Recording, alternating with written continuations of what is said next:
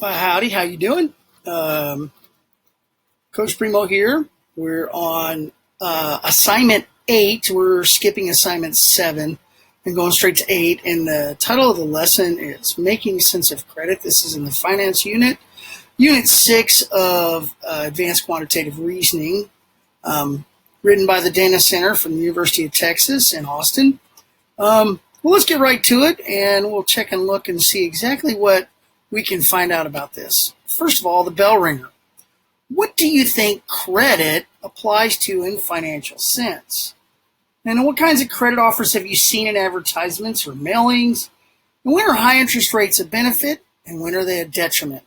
Okay, so I'll let you think about that for a minute. I know the answers to this. I'm not going to try to get you to answer it, but let's just go on to great things. So, great things. For me, great things are I dug an 80-foot ditch today, and I feel really accomplished, even though I've done nothing with that 80-foot ditch. I still have to go into town and buy the pipe that goes in it. Building a gray water system. That's a system that waters my plants out of the excess water that comes out of my sink and my bathtub and my laundry.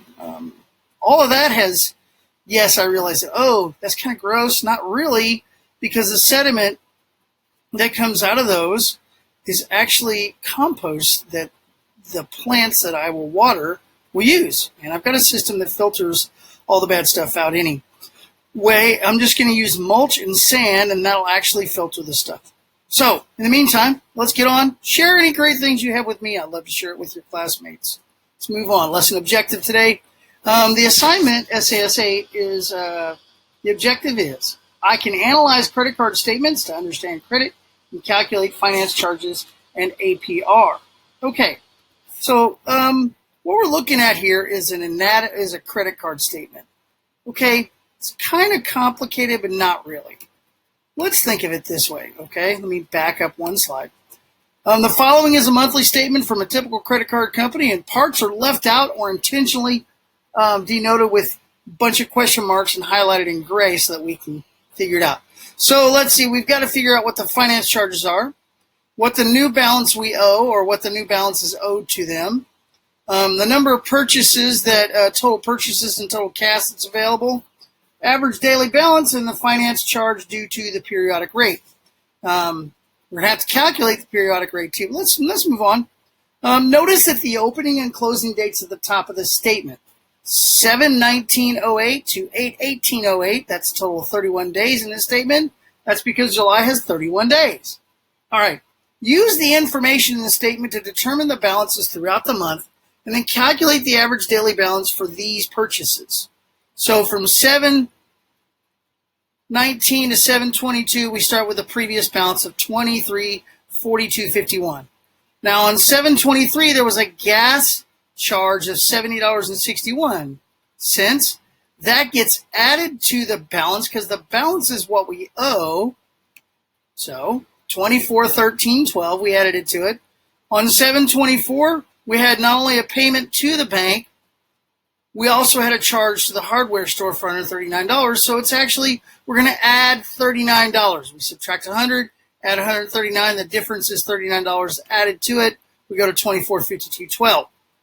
On the 28th, we bought some flowers for $24.95. That's added to the balance, $24.77.07. And on the 3rd of August, we bought some groceries, $176.33. That comes to makes the balance go to $2,653.40. And on the 18th, the hardware store gave us a return of $50.21. That is subtracted from the balance. That gives us a balance of $2,603.19.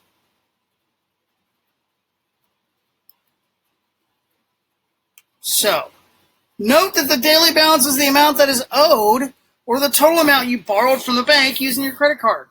So the balance is not what you have in the account. It is what you have in the account, but you don't own that. They own it. You owe the bank that money. So, now to determine the balance of a specific date, we need to start with a previous balance of $2,342.51.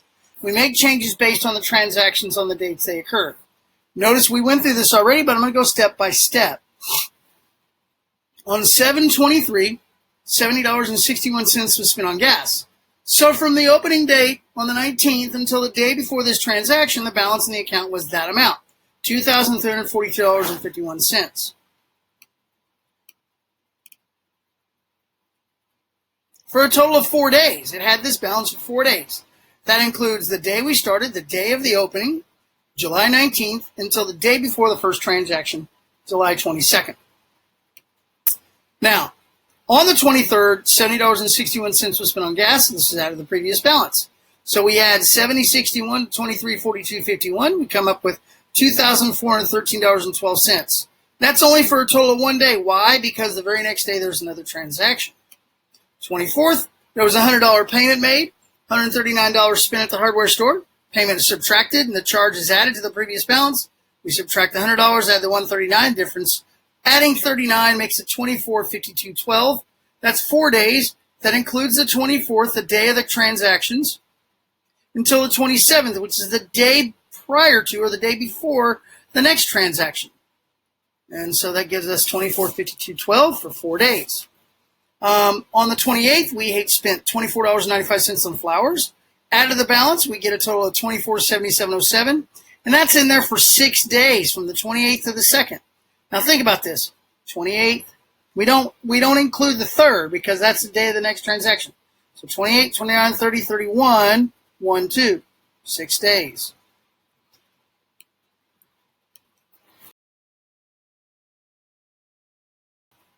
On the 3rd, $176.33 spent on groceries. Charges out of the previous balance, making a total of $26.53.40. That's a total of 15 days. It includes the 3rd all the way to the 17th, which is the day before the very last transaction. And so that's $26.53.40 for 15 days. Finally, the last day of the transaction, 8/18, our last day of the statement, $50.21 is returned to the account from the hardware store. And this is subtracted from the previous balance, making our ending balance $2,603.19 for a total of 1 day. So a lot of people would think, oh, that's the new balance, but you're forgetting finance charges. We have to calculate those finance charges. Okay, so let's do that. We're going to use the information that shows exactly what we just did. This is a good page to go through and exactly see what we're doing. In order to calculate the average daily balance, we must determine the weighted value for the entire month and divide by the days in the month. So, from the 19th to the 22nd, 4 days, balance is $23.42. We're going to go through this 1 day at $24.13, 4 days at $24.52, 6 days at $24.77, 15 days at $2,653, and 1 day at $26.03.19. Now, how do we do this? We got to divide the sum, okay? We'll average the daily balance, multiply the balance for each time period, times the number of days that balance remained in the account, and then we sum each of these weighted values together. That is the denominator. We divide the sum of the total number of days in the month by the total number of days of the month. In this case, July is 31, so we divide by 31. So, 23.42.51 times 4 days, plus 24.13.12 times 1 day, plus 24.77.07 times 4 days, plus 26.53 and 40 cents times 15 days, and then 26.03.19 times 1. We sum all this together and divide by 31. When we calculate the average daily balance is $25.43.81. And you can see all the numbers pop up. So, the daily periodic rate describes the interest you're paying on your credit card every day. So use the following formula to calculate the daily periodic rate to 5 decimal points. And we're going to use this rate to determine the finance charge of the percent. So the daily periodic rate is equal to the APR divided by the days in the year. And you notice this little tip here. APR stands for annual percentage rate. So the APR, according to the credit card statement, we'll go back and we'll look at it if you want to, is, let's see, slide number,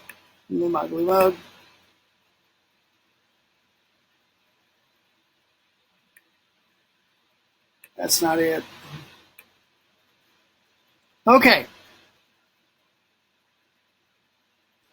Daily periodic rate. We said the APR is 28.99%. Okay? So let's go and find out where we're at. Let's see.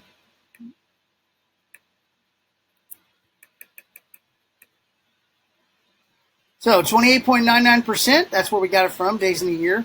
So the daily periodic rate is 28.99 divided by 365 days. So that daily periodic rate to 5 decimal points is 0.00007942. That's actually out to 7, but you get the point. So the daily periodic rate is that amount, not the DPR. This is the actual finance charge. Let me change that real quick.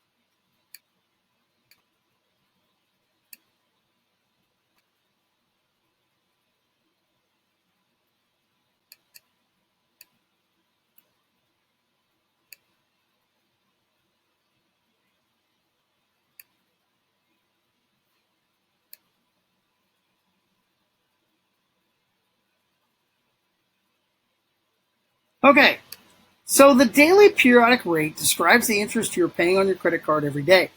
We're going to use the following formula right here to calculate the daily periodic rate to 5 decimal points. We'll actually go to 7. And then we'll use that rate to determine the finance charge to the nearest cent. So we know the APR from the statement is 28.99%, and the days in the year is 365.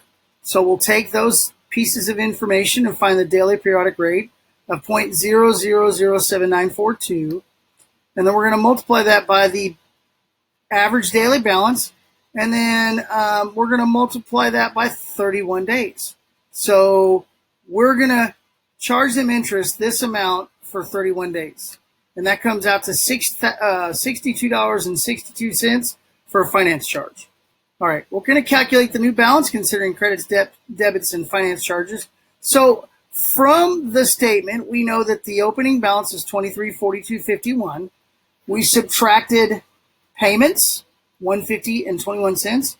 We added charges, $410.89, and we're going to add the actual amount of the finance charge, $62.62, giving us a total new balance of $2,665.81. All right, what percentage is the minimum payment to the new balance before interest?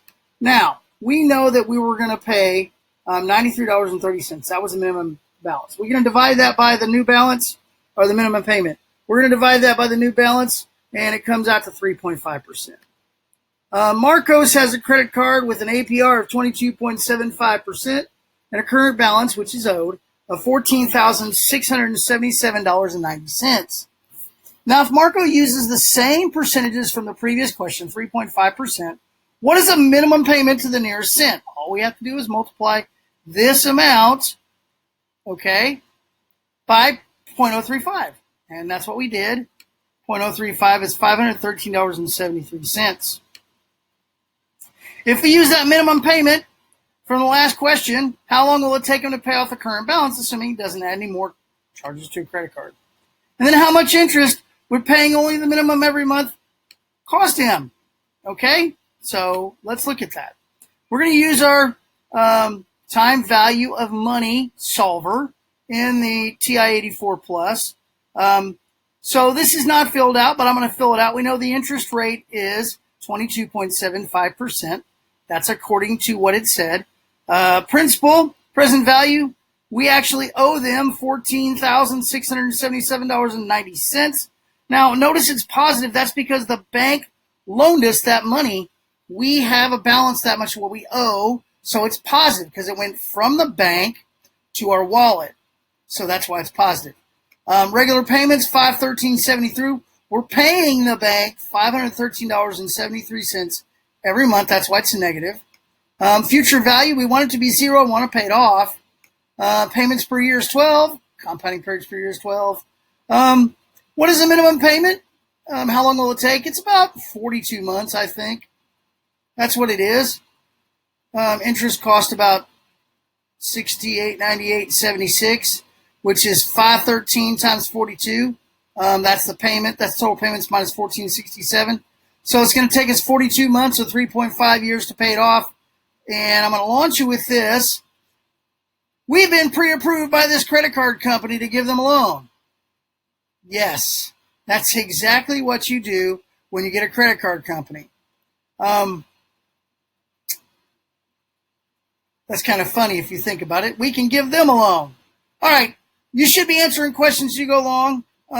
Pay attention to the lessons because this is it for y'all. Last little bit of math going through. There's only 2 more lessons left. Consider it a blessing because you know what? We all should be blessed and be a blessing. Have a great day.